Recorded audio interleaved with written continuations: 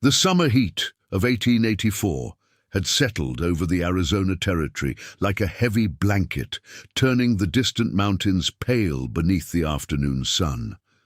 Rancher Ethan Cole had spent most of his 38 years learning how to survive in a land where water was scarce, law was distant, and trouble could appear without warning. His small ranch stood several miles from the nearest settlement, surrounded by dry grass, scattered mesquite trees, and rough wooden fences. Ethan was returning from checking his cattle when he noticed something unusual near the far end of his property. At first, he thought it was a stray horse caught against the fence. Then he saw the woman. She was standing against one of the fence posts with her wrists tied tightly behind her back. Dust covered her dark hair and worn clothing, and her face showed exhaustion rather than weakness.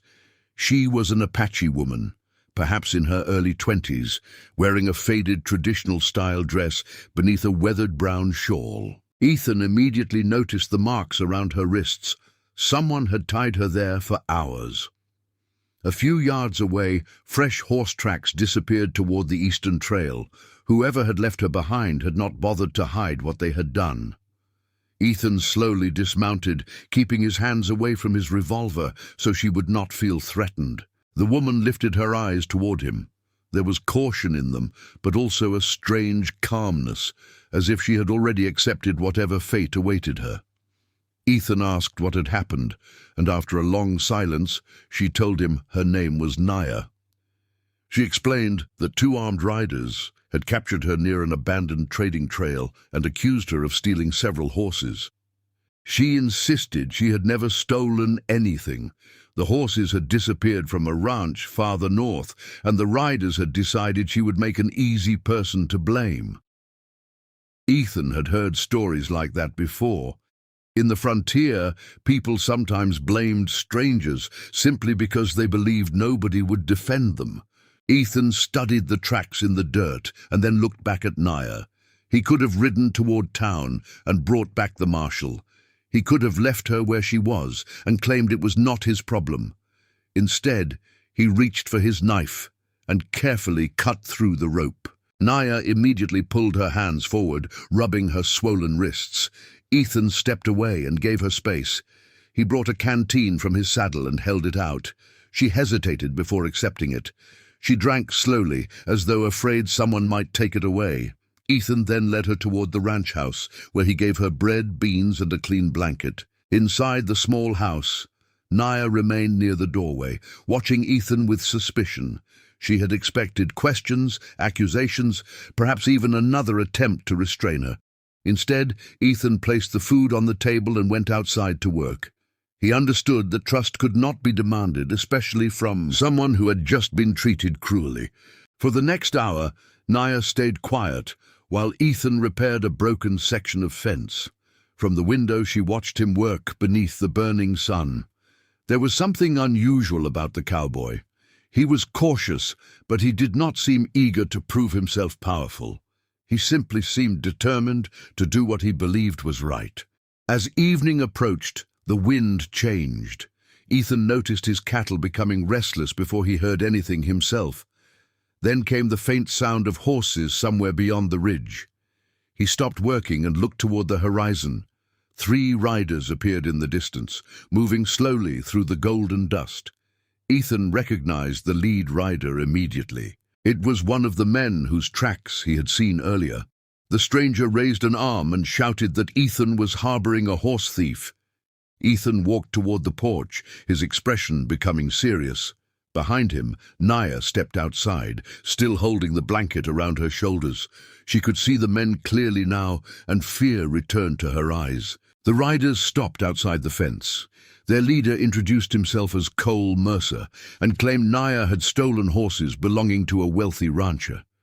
Ethan asked where the evidence was. Mercer pointed toward Naya and said her presence was proof enough. Ethan knew that answer made no sense. He had spent too many years around horses and cattle to believe a story without evidence. He also noticed something else. The men were carrying saddlebags far too full for a simple search party.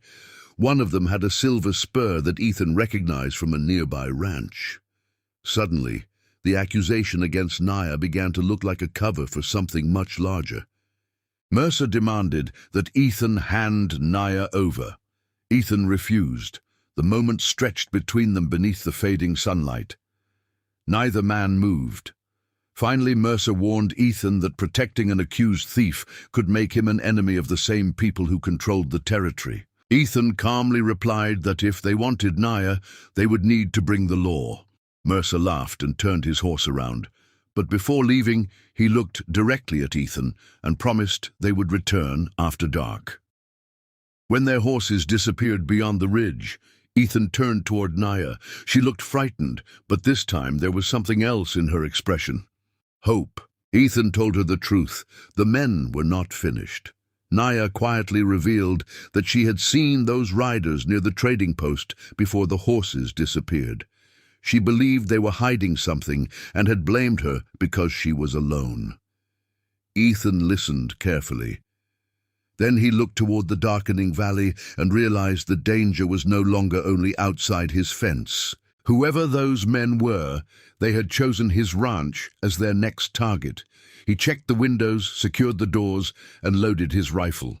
Naya stood nearby, ready to help, despite her exhaustion. Neither knew what the night would bring, but both understood one thing.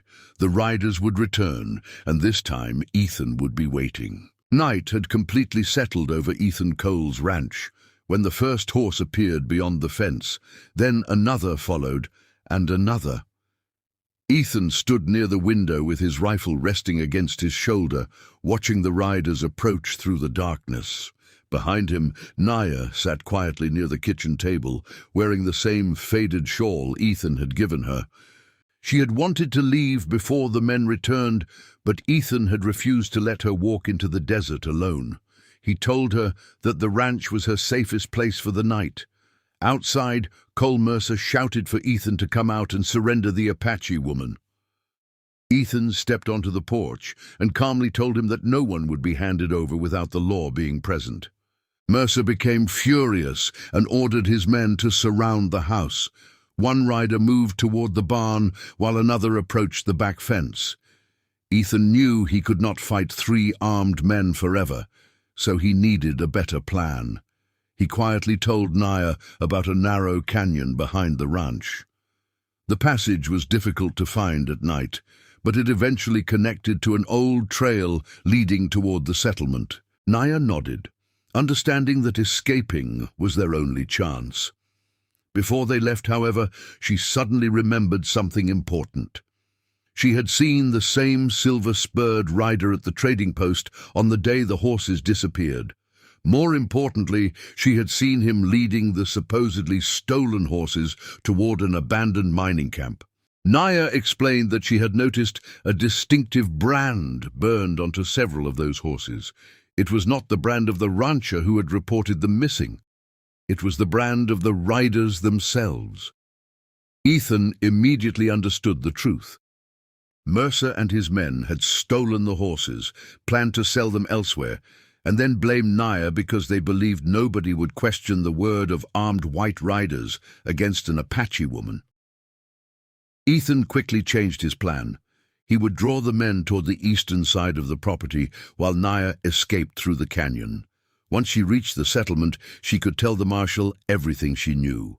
Ethan stepped outside and fired a warning shot into the empty ground near the riders. The men scattered behind the fence posts. Ethan then mounted his horse and rode toward the eastern trail, deliberately making enough noise for Mercer to follow him. 3 riders chased after him, believing he was trying to escape. Meanwhile, Naya slipped through the rear of the property and entered the rocky canyon. She moved carefully beneath the moonlight, carrying only a small water flask and the blanket Ethan had given her. Behind her, gunshots echoed across the desert. She stopped for a moment, worried that Ethan had been hurt, but she remembered his instructions and continued toward the settlement. Ethan led the riders several miles away before turning his horse through a narrow wash. Mercer followed too quickly and nearly lost control when his horse stumbled over loose stones. Ethan used the darkness and difficult terrain to disappear among the rocks. By sunrise, he had returned to the ranch, bruised and exhausted but alive. What he found surprised him. Naya was already there with the local marshal, who had followed her after hearing her account. She had also described the abandoned mining camp, giving the marshal enough information to investigate. When the authorities reached the camp, they discovered several missing horses, stolen equipment, and records connecting Mercer and his men to the theft. By midday, Mercer and the other riders were arrested. The evidence was strong enough that even the ranchers who had once doubted Naya could no longer ignore the truth. The accusation against her was officially dismissed. Ethan watched quietly as the marshal returned Naya's belongings and apologized for the way she had been treated. Naya did not celebrate. She simply looked toward Ethan, remembering the moment he had cut the rope from her wrists, instead of asking what she could give him in return. Weeks passed, and the damage to Ethan's ranch slowly became visible. Several fence posts had been destroyed, one window had been shattered, and part of the barn roof needed repair. Naya chose to stay nearby. She helped mend the fences, cared for the horses, and learned the routines of ranch life. Ethan never tried to control her decisions. Whenever she wanted to leave, the choice would be hers. That freedom was exactly what made her trust him. Their friendship gradually became something warmer and deeper, built through quiet mornings, shared work, and difficult memories. Neither called it love at first. They simply understood that in a harsh frontier where people often judged before listening, they had found something rare in each other: respect, trust, and the courage to choose kindness.